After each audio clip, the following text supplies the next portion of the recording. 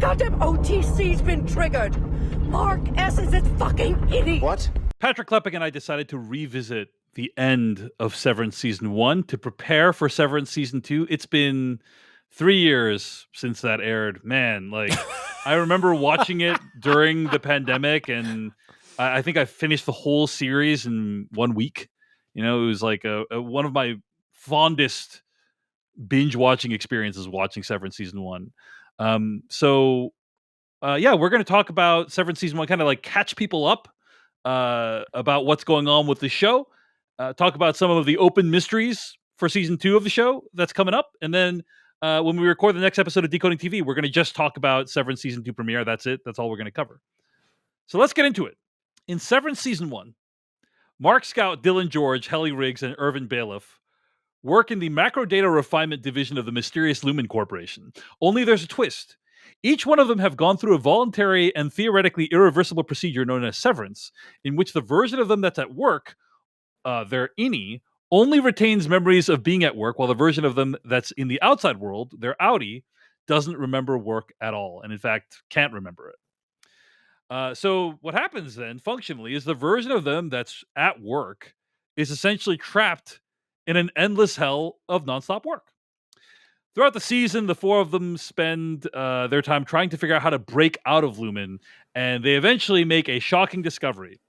The overtime contingency, which allows them to beam into their bodies as innies into their outie body self, basically, even though it's the same person, while they are outside the building. Typically, Severance is geo-fenced, right? But the overtime contingency allows them to be their innies while they're out in the world. So they decide to try and activate the overtime contingency so they can tell people, hey, we don't like being innies. Get us out of here. The OTC requires Dylan to stay back at Lumen and physically hold the buttons in place. So as the season finale kicks off, all three of the other characters wake up in their respective roles. I'm going to spoil, of course, what happens. Irving awakens, and he tracks down a coworker he had romantic feelings towards, Bert, who's played by Christopher Walken.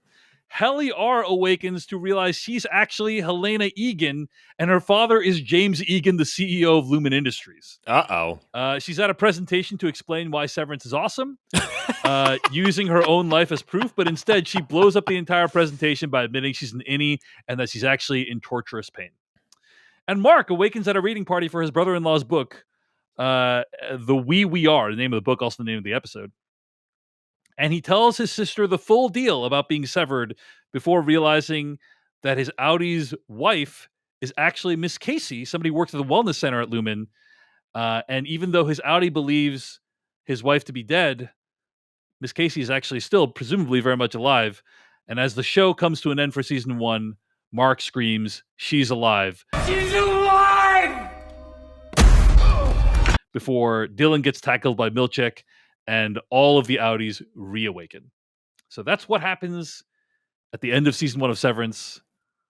A lot of stuff there. I'd forgotten a bunch of it before I rewatched this. So actually, I'll admit to you, Patrick, I rewatched the season finale. And then I'm like, you know what? I'm going to watch the first episode just to kind of brush up. And then I ended up like binging a huge portion of the show, like 80% of the show I ended up like rewatching over again, because it is a really good show. And in particular, I think this season finale is one of the finest hours, or I think it's like 45 minutes, 50 minutes of sci-fi television storytelling that I've ever seen. I think it's an incredible finale. I've been talking for a while now, Patrick. Share with us what was your experience like rewatching the season finale and kind of getting back into the world of Lumen Industries again. It's remarkable to listen to you recite all the proper nouns that explain the different things that make up the world of the show and not go, wow, that sounds like a bunch of dumb bullshit. Like, why would I want to watch that? It's it's because obviously, you know, it works perfectly well within the conceit of the show. It's all taken very self-seriously, and you buy into it entirely as the audience member. At least, you know, you and I and many other people did. But I guess when you just start saying, when I'm just sitting back and listening to you say like any Audi, you know, outright contingent, like I was just like, that is okay. okay, and yet within the confines of the show, I buy it entirely. It is remarkable television. It's one of those shows. I remember when I first watched it, or maybe heard the premise. I don't know, one way or the other. When the premise of it is explained to you, there are many times, especially with sci-fi, where you'll hear something go like, "Wow, that's such a cool concept. Never would have thought of that." And then like someone describes like what if you could just like completely like sever your work life and just not remember the work part? You go, I cannot believe no one's made a show about that. That just makes so much sense. And Severance doesn't just take a clever concept and sit with that. It obviously, does a lot more and makes a real meal out of a really interesting concept. And I'm with you that finale is like edge of your seat television. Like it takes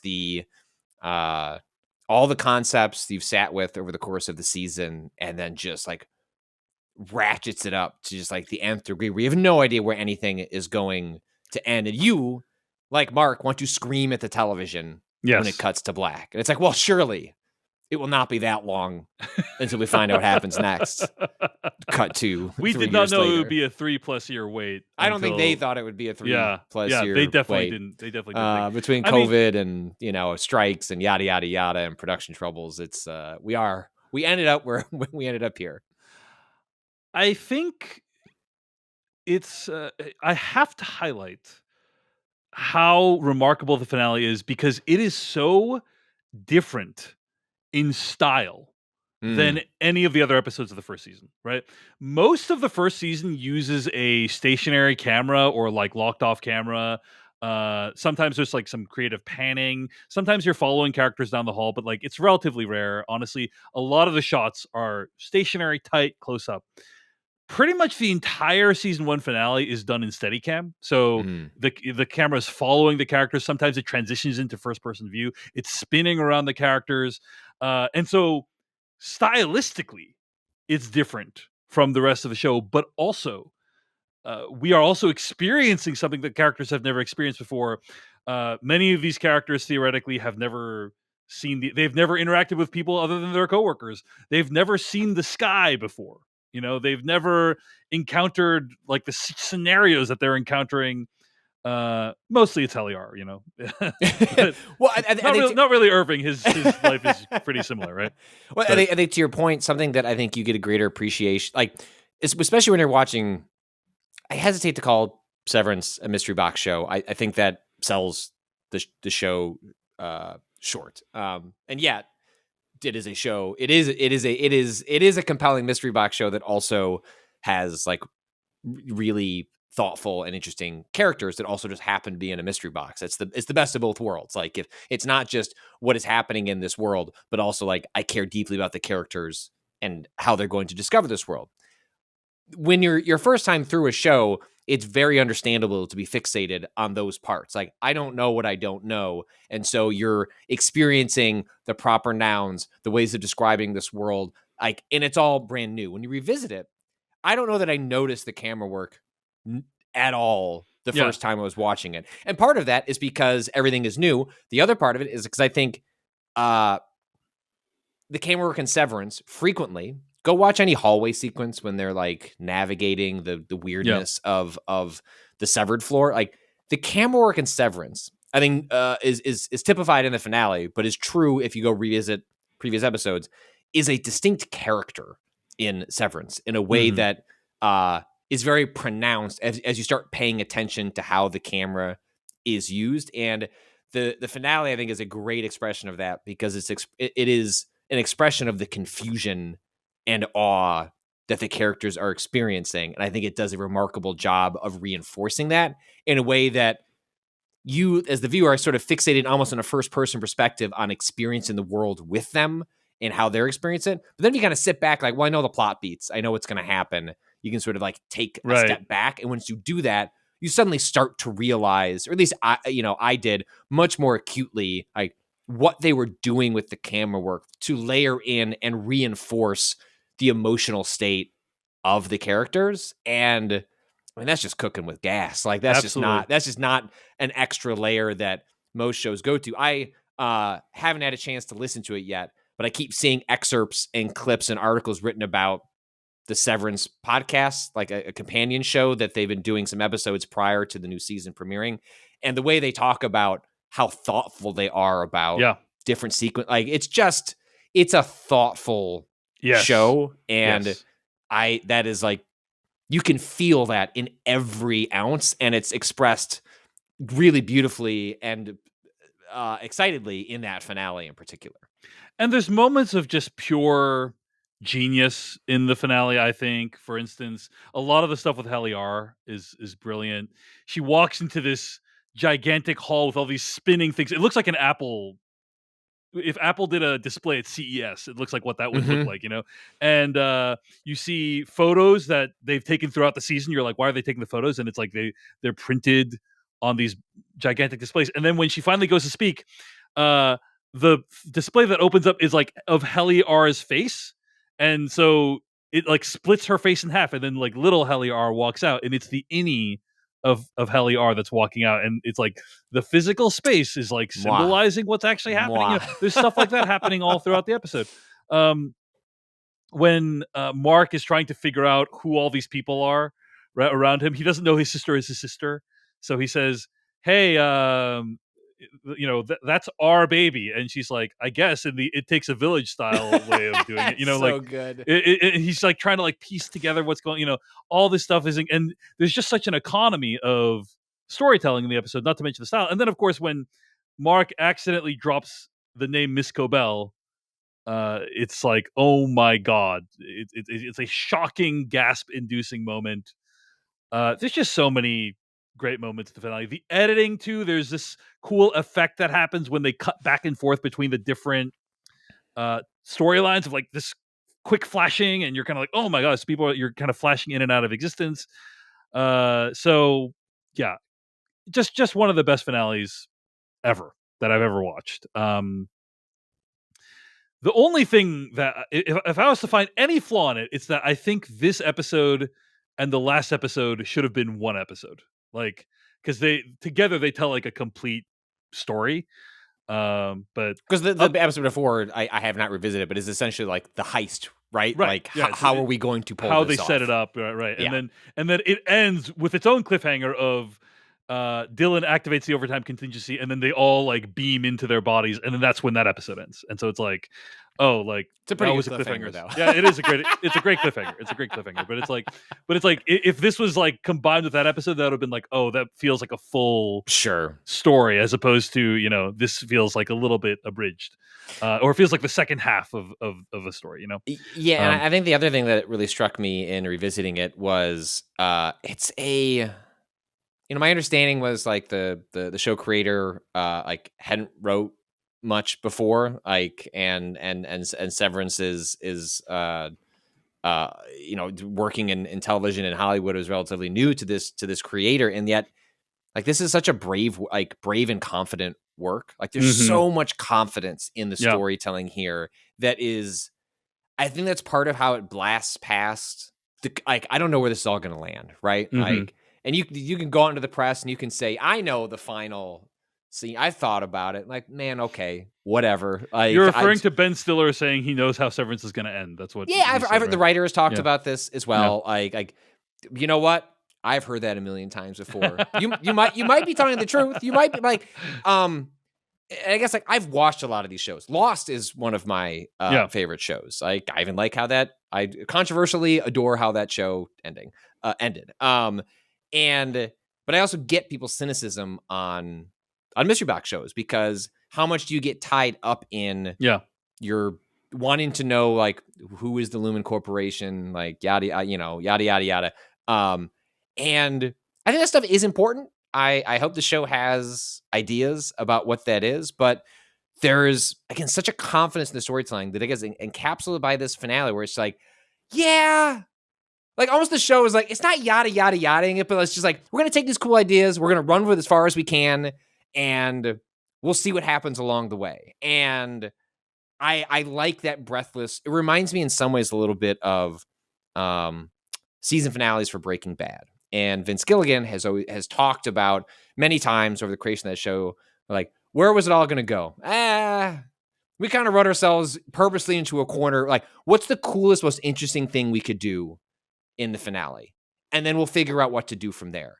It's a little bit different with a mystery box show. But what I love about the Severance finale is, and we've talked about this with other shows on this podcast, where like, I love the brazen confidence where it's like, we're just going to, like with Squid Game, like we're going to leave it all out on the table. Like this finale feels like it's leaving it all on the table, even though obviously it's leaving giant exclamation marks and like ellipses for where to continue. And yet it feels breathlessly confident. Like we're just going to take this idea to like its most interesting conclusion, and then we'll figure out what happens next later. And that can go really wrong, but there's such confidence in Severance as a season that I'm like, screw it, like do it, like don't hold back, like just take this as far as you can, and then go to a writer's room and go be smart and figure out the consequences.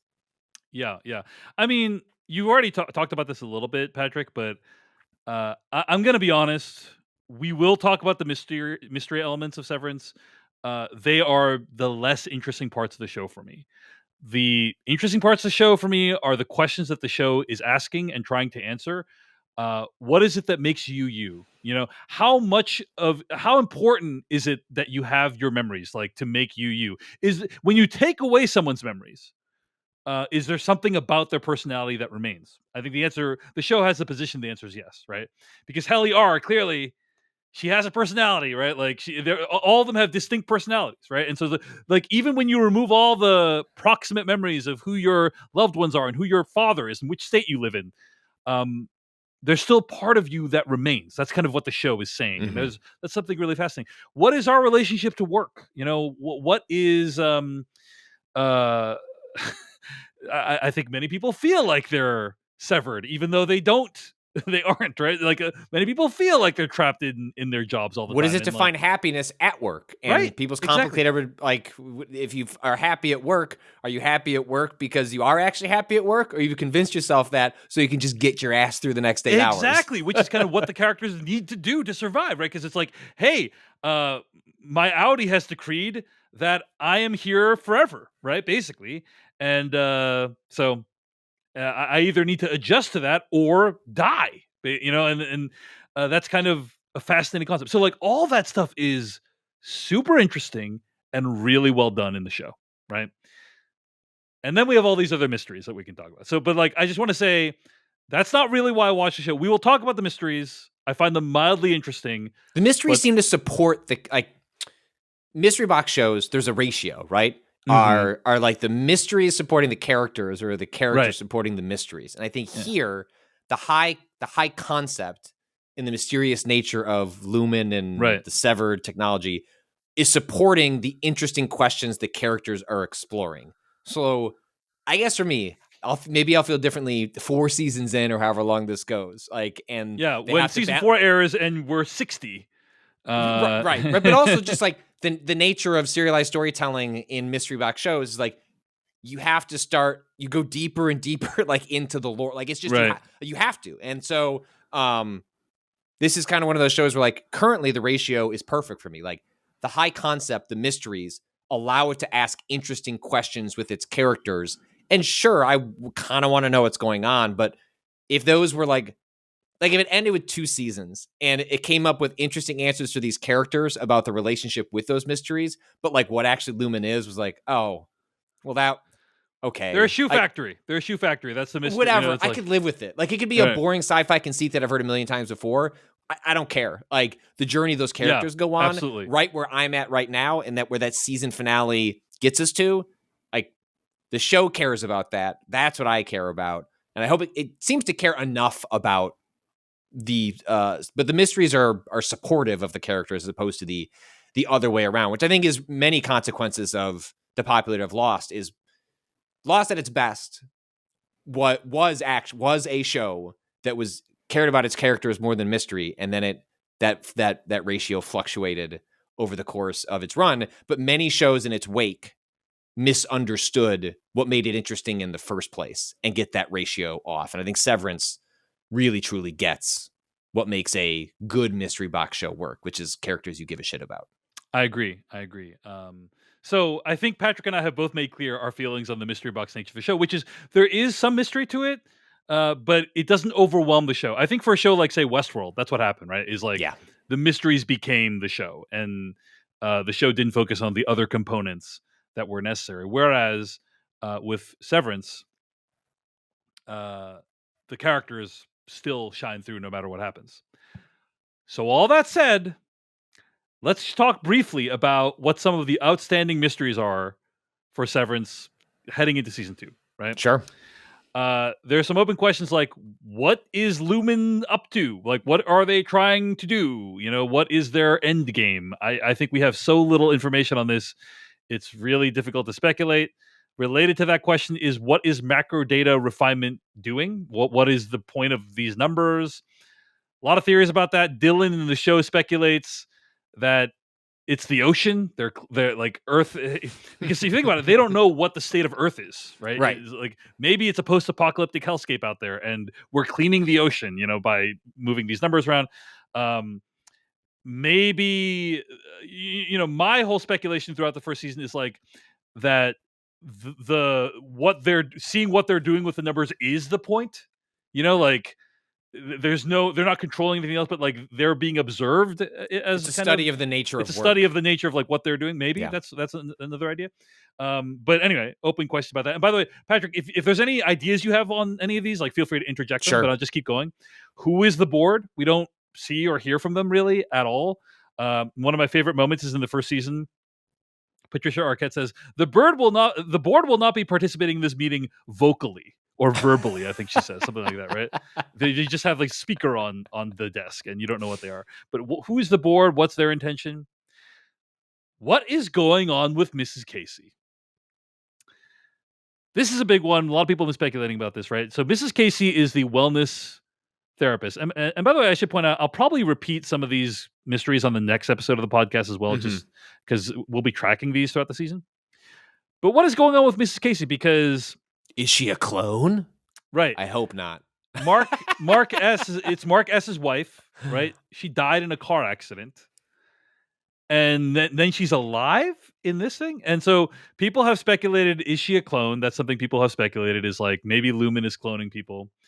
Another theory I heard was that she was basically rendered brain dead by the car accident, and maybe they did some severance related thing to her to try to keep her alive, and that's why she's acting so weird and aloof on the severed floor. So I don't think any of those is true. To be honest, like I don't think either of those theories is true. But the second one is much closer to being possible. But I don't think, and also is just more like even the basic concept of severance. I mean, it's high concept, but it's not. Like it feels like in the realm of possibility. Like it feels like a thing that could happen in our lifetimes. Like really in our lifetime. If people want, I guess it doesn't seem. It's high concept, but it's science fiction, but it doesn't feel like. Well, that could never. It's not like we colonize the galaxy. It's like something right. It that feels like, pretty low stakes. Like it's more in like it's taking like a Black Mirror concept. Like sure, I could see how like that could happen someday. I could see like, and so I guess part of like the through line I have with a lot of these mysteries is like I'll be satisfied if the answers are actually fairly mundane. Like it's a study of work. Yeah. Like she was in a car accident and was brain dead, and they just wanted to see what severance would do to her if like somebody's brain dead. That's a decent answer for that question, I think, personally. Right. Yeah. Okay. What's up with the testing floor? So when Irving awakens as his Audi self is making a lot of these dark paintings of this dark hallway. It's something called the testing floor. And what's going on there? Why? I think Miss Casey has been there. Why does Irving's Audi even know about the testing floor?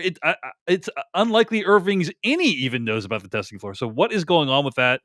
I suspect we'll find more out about that, as the season goes on. That stuff worries me. That is like Dharma station vibes. Yeah. What's Mrs. Cobell's deal? What's Miss Cobell's deal, man? Like, why is she so obsessed with Mark? Does Mark have a certain significance in the plan of some certain, like what's going on there? Because Miss Cobell is behaving, let's say, extremely inappropriate for an employer. I'll just put that out there. Yes. There is a scene where I believe it's Mark and Helly discover someone feeding goats. Right. I forgot about that. They were wandering through the Yes. halls. They see someone feeding goats. Apparently, originally, this was put in as like a throwaway scene for fun. And a lot of people have been speculating, like, is this who, like, maybe they're testing Severance on the goats? Maybe the goats are the board? I don't know. Who knows? And then there is a character named Dragabi.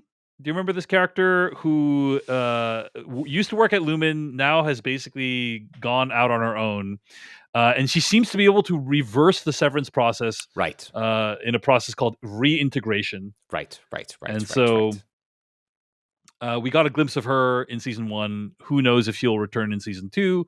But yeah, what's her plan? Like, what's her long game? We only got a glimpse really of her in season 1. So, but I expect that question of like it's a very logical extension of, okay, these characters kind of escaped. What would it mean to actually escape? See, again, this is the part, like, this is the stuff I'm interested in. It's like, I don't care what Lumen is doing, but I like love all the questions that are born out of like the basic concept. Like, what is it? What does it mean for these innies to be alive? What does it mean for them to escape? Like, all of that sets up just really fascinating ideas that I hope season 2 is more interested in that than the goats. 100% agree. 100% agree. So, any other thoughts on Severance season 1 before we take the journey into season 2 this week, Patrick Klepek?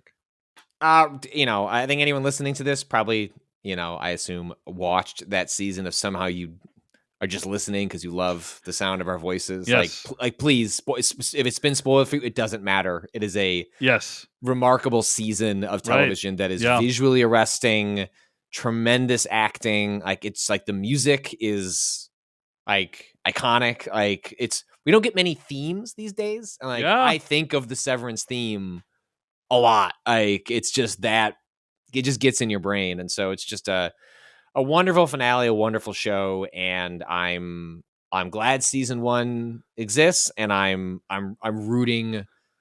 If 3 years is what it took to make something really special, like, season 1 was special enough that I'll wait as long as I need to. So I'm rooting for season 2.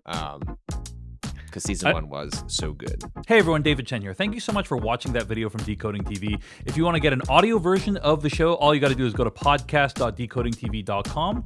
And if you want to support what we do, get ad-free episodes of the podcast and also bonus episodes of the podcast, go to decodingtv.com and become a paid member. Of course, you can also like and subscribe for more. We appreciate it. Thanks. See you later.